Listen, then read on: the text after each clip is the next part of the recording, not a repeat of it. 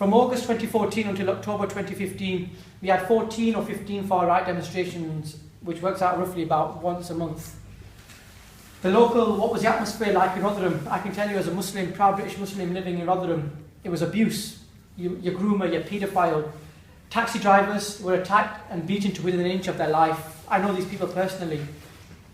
Women, Muslim women who wear the hijab, when they went into town, they were saying they were having their hijabs pulled off, they were being spat in their face, they were being told that they were going to be raped in retribution for what had happened to the young girls. This is not made up stories. Our MP is on record, Sarah Champion, of saying how constituents have been to her with these stories.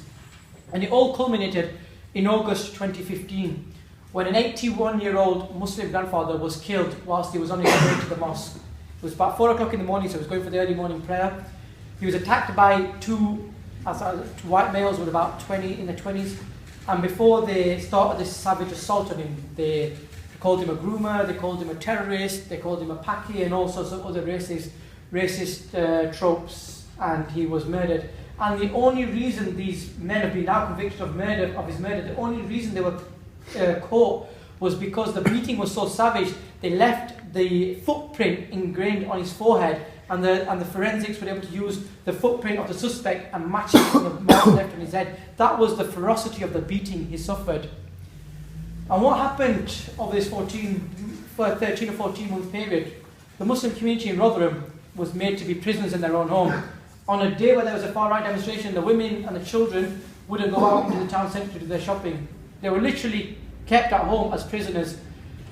And for one reason, on all occasions, there was a counter-demonstration to this far-right fascist.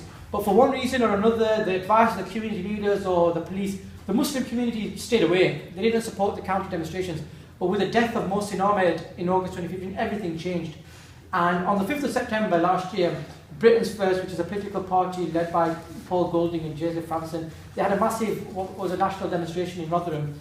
And we said enough is enough. We've listened to the advice of the police, we've listened to the advice of the mosques, we've listened to the advice of the community leaders, we've stayed away, and now they're killing us. Well, if they're going to kill us, we'd rather be killed while we're all stood together in our town centre rather than in our ones or twos. We're not going to go down like that. So we came out. We had a massive demonstration which was supported by the United Against Fascism, local trade unions, NUT, Unison, Unite. We were all there. There was about 500-600 people there. And all day there, we were kettled by the police. We were provoked. We were attacked. We were divided, and the tone was very different. But it was all peaceful. Nothing happened. We didn't react. We took beatings when we had to. We shied away when we had to, but we stood strong. 500-600 of us. Black, white, Asian, Muslim, non-Muslim, of no faith, gay, straight, everything. We were all stood there in unity as one, as brothers and sisters there. And then as we dispersed, the town was cordoned off. There was about 800-900 police officers. There was about 500-600 of us, about 300 fascists. There were more police than I've ever seen in my life. But we were forced to walk in a particular direction, and we walked past a pub which is known for far-right sympathies. And I don't want to talk too much about the case because, as I said, as I'll come to, there's a legal case going on. We were attacked by fascists, and they threw bottles and everything else. And a group of men, Niall introduced them as young men. That term's quite subjective because Abra here was one of the 12. He likes to be called young, but he's considerably older than myself. And others, they're grown men whose children are my age, and I'm 25, so you can kind of figure out how old these men are. They came forward, and I'm not being disrespectful, I'm just trying to... Usually, you see the image of 16, 17-year-old kids. It's not the case. These are men with families who've got careers in the NHS, which is one of our most prized and cherished institutions. These people work in professional jobs. They came forward, and I was there. They defended people like me and my family and my community. And this October, they're on trial for violent disorder. And it's unacceptable. You've got to call a spade, and these charges, they're racially and religiously motivated by a police force that we now know, we found out last week, that unlawfully killed 96 people who were from Merseyside. And I know there's great rivalry between Manchester and Liverpool, whether it's the football or whether it's the Beatles or Oasis, but there's some things that just transcend football or music rivalry. And 96 people were killed unlawfully by a police force, which then sullied, besmirched and subverted their efforts to get justice. And that's the same police force we're up against. But that's not just that. They denied these young girls for 20 years their justice, and only now are the perpetrators being brought to book. And it doesn't end there. South Yorkshire Police has years and years of this. The miners during no grief, these miners again were attacked. These men, they stood up and they said, you know what, Thatcher might be trying to take our livelihoods away, but we're going to stand up to her. We're not going to let her shut down our collieries. We're going to fight back. We want our jobs. We're going to provide for our families. And South Yorkshire Police battered them. And that's the police force that these men are up against.